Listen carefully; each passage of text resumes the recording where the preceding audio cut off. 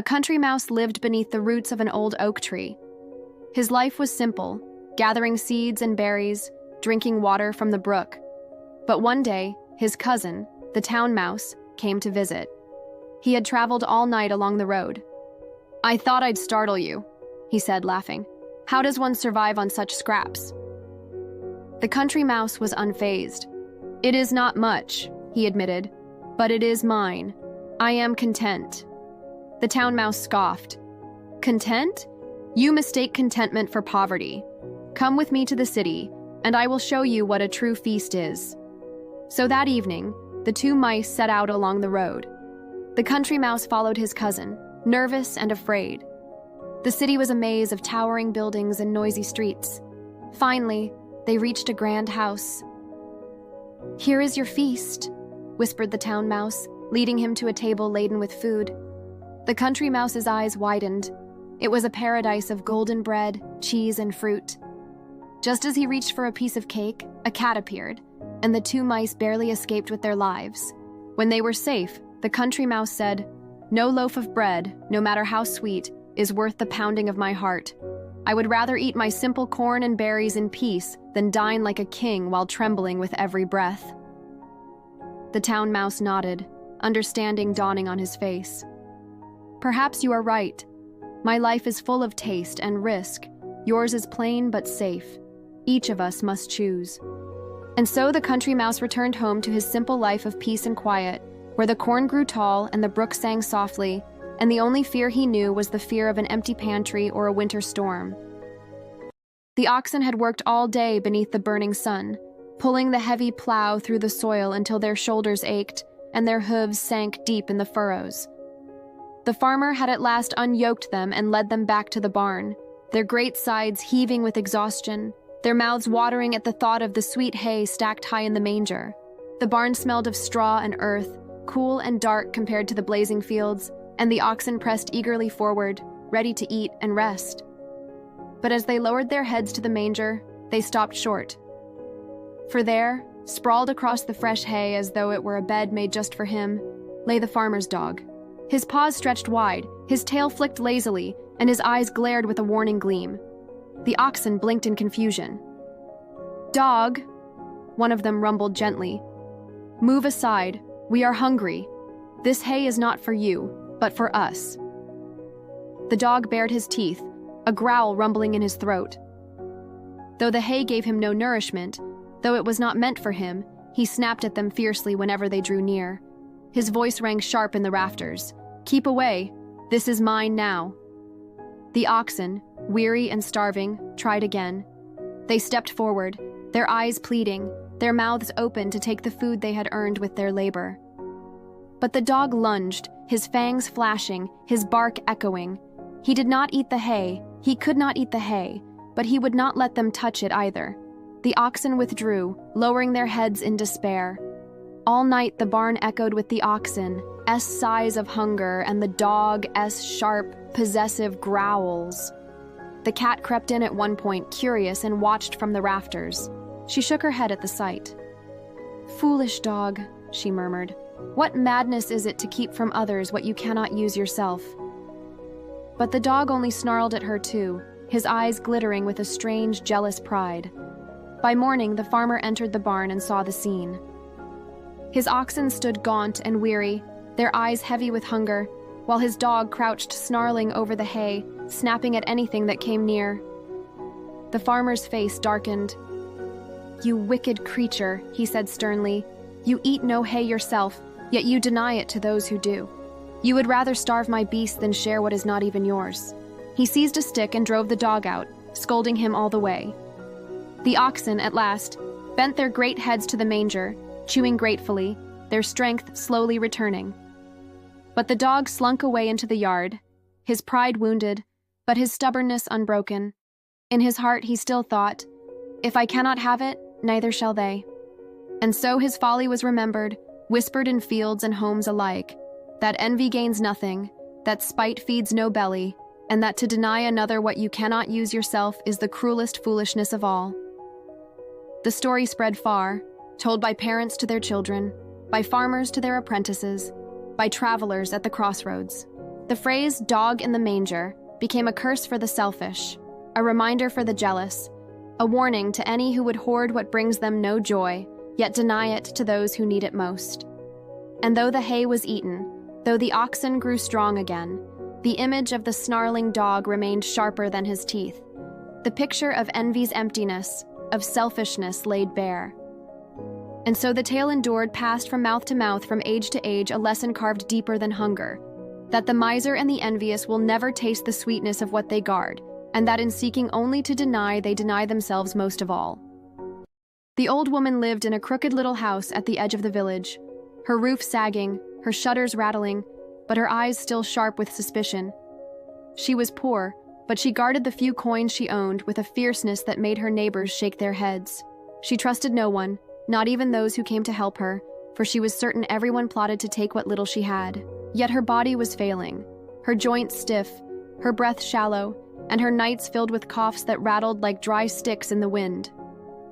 When at last her illness grew too heavy to ignore, she sent for the doctor, though she did so reluctantly, muttering all the while about fees and thieves and the dangers of opening her door to strangers. The doctor arrived with his satchel of herbs and jars, his hands steady, his eyes watchful. He was not a man of great reputation, but he knew how to soothe pain and ease the fevers of the poor. When he stepped into her house, he smelled dust, mold, and the faint scent of coins hidden away. He found her lying on her bed, pale and coughing, but her gaze sharp as ever. "You'll cure me," she croaked, "but you'll not rob me. Every coin in this house is counted, and if one goes missing, I'll know whose hand has taken it." The doctor bowed, hiding the sly smile that touched his lips. "Of course, good mother. My fee is modest, and I would never take what is not freely given." But in his mind, another thought stirred. If she fears for her coin so greatly, then coins she must have. Where there is fear, there is treasure. He gave her herbs to brew, poultices to lay on her chest, and for a time her cough eased. She grew calmer, though her eyes never softened. Each day he returned, his tone gentle, his hands tending to her. But each day he also watched, listened, and searched with his clever eyes. He noted how she glanced often toward the corner of the room where an old chest sat, its wood worm-eaten, but its lock firm. He noticed how she shifted uneasily whenever his gaze lingered there. Soon he was certain. Her wealth, whatever its size, was hidden inside, and so he formed a plan. One evening, as the light faded and the woman lay coughing, the doctor set his satchel on the table and spoke with an air of calm authority. "Mother, your illness lingers because of the air in this house. Your shutters are closed too tightly, and no breeze cleanses the room. Tomorrow I will return with medicine stronger than before, but tonight you must rest deeply.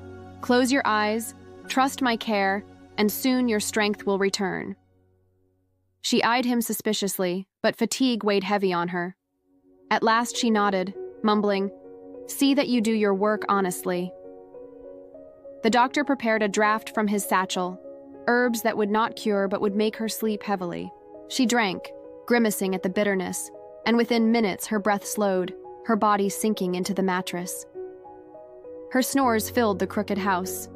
The doctor waited until he was sure she would not wake, then moved silently to the chest in the corner. With careful hands, he pried at the lock until it gave with a soft snap. Inside, beneath rags and old clothes, lay a small pouch. He lifted it, and the weight told him enough.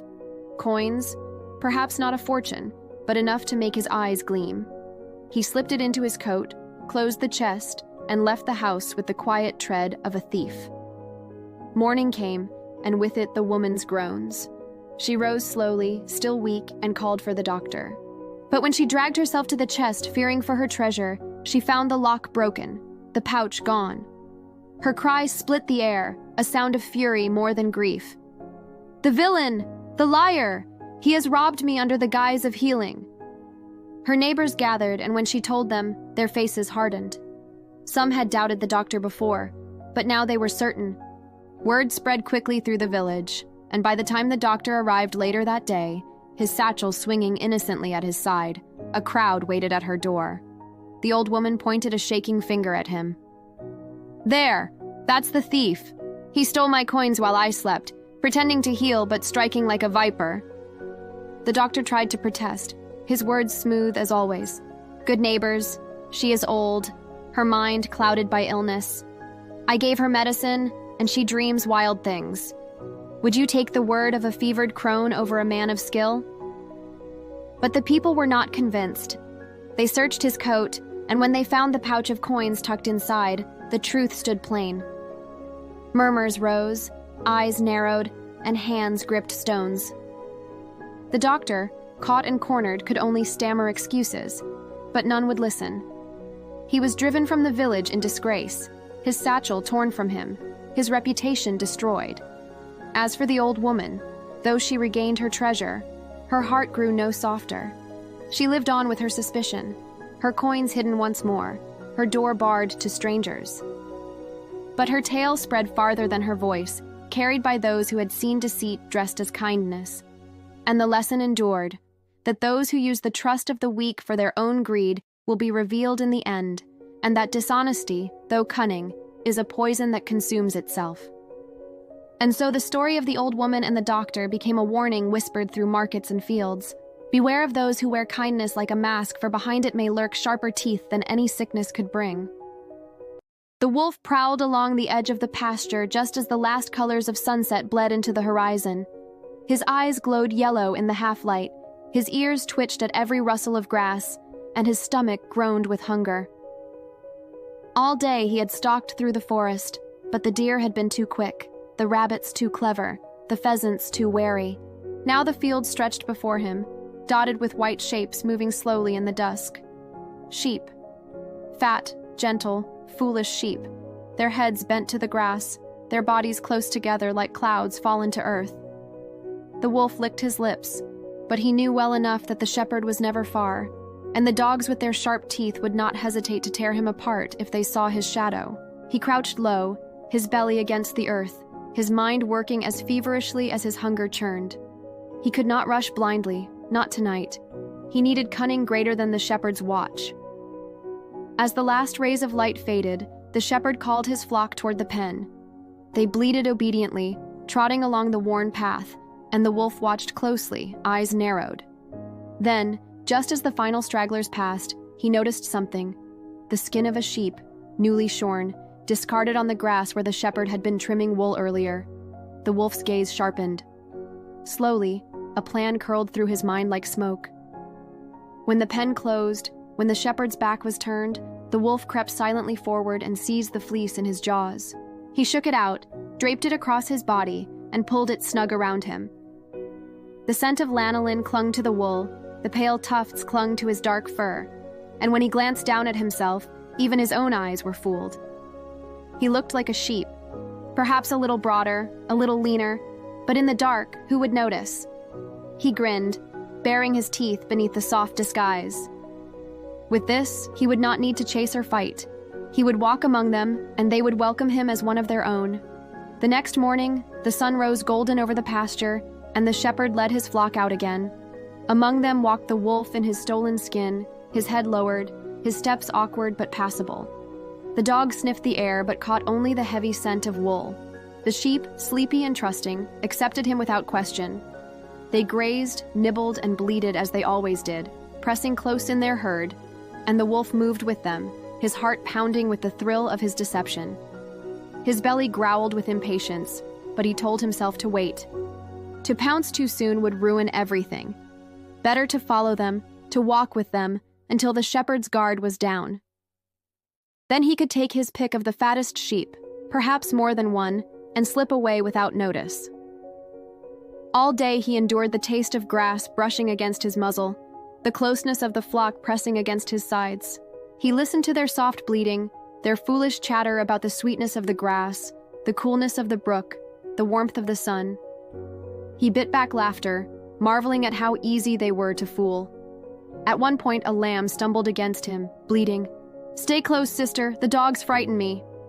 The wolf nearly burst into laughter, but he only grunted, his voice muffled in the fleece.